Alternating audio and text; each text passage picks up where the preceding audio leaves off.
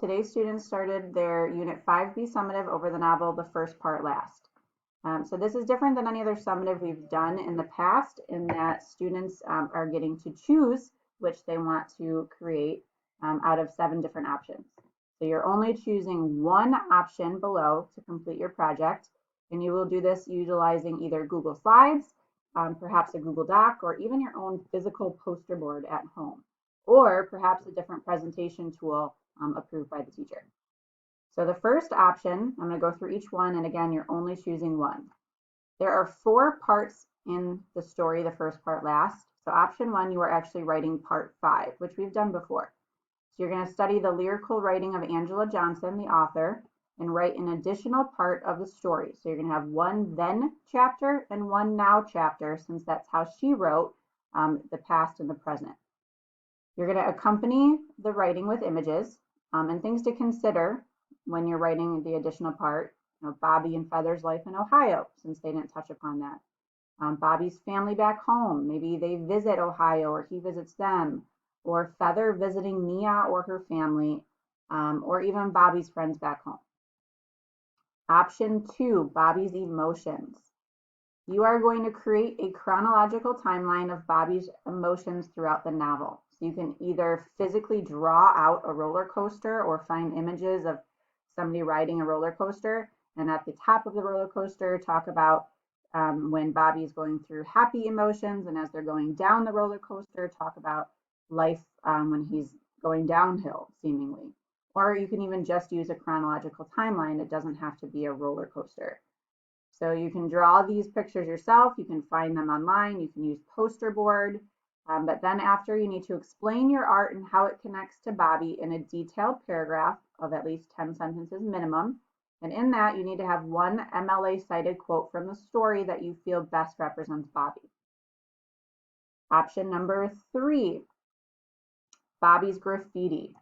Create Bobby's graffiti wall as he describes it on pages 58 through 61. So you're going to have to go back and check those pages.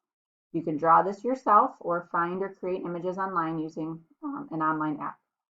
Then in a detailed paragraph, at least 10 sentences minimum, you are explaining what you think Bobby's graffiti represents in his life, which we've talked about in great detail in class.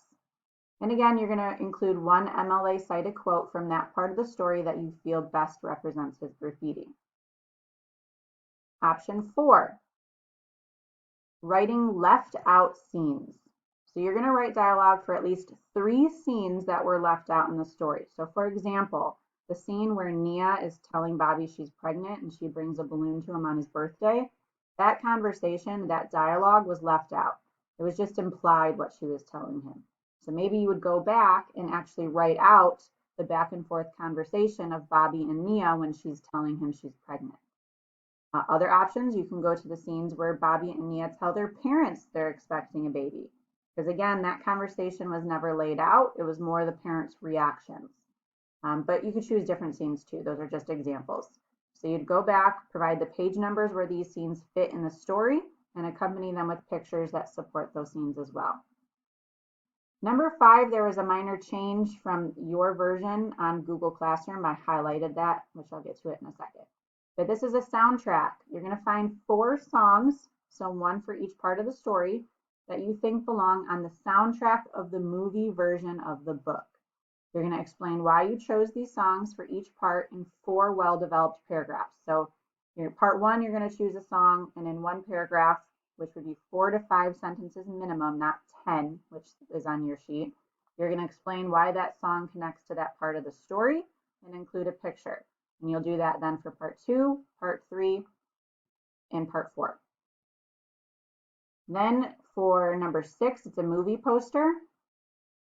So when you go into a movie theater and actually see a poster advertising the movie, that's what you're going to create, one that advertises the book. So you're going to include the title, the author, the rating, the cast of the main characters, and maybe which actors would play them, the director, which is you, and a movie tagline. And a movie tagline you actually make up.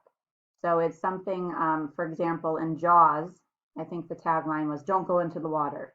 Or for the Scream movies, I think it was, "Don't answer the phone." So something, again, you make up that goes with the story. The poster should look like one you would see in the theaters, meaning informative, eye-catching, and interesting to the viewer.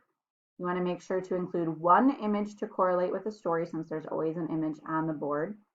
And then you're going to write a brief summary, but only the exposition through the following action, not the resolution. You never give away the ending during a movie trailer or a movie poster. And that summary needs to be 10 sentences minimum. But you should go back and use all the summaries you already wrote on your novel study worksheets.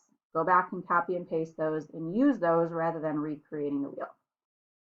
Then number 7, this is a student choice with teacher approval. Maybe you have a different idea other than the ones above I just went over. Perhaps you want to create your own movie using an app on your phone, or your own movie trailer, or visualize a summary of the story. I mean, there are so many different ideas, and I would love to hear from you if you guys think of something that you feel you would enjoy or be good at or would go along with this story. So please, if you have an idea, share it with me, and maybe you can do something other than these options above.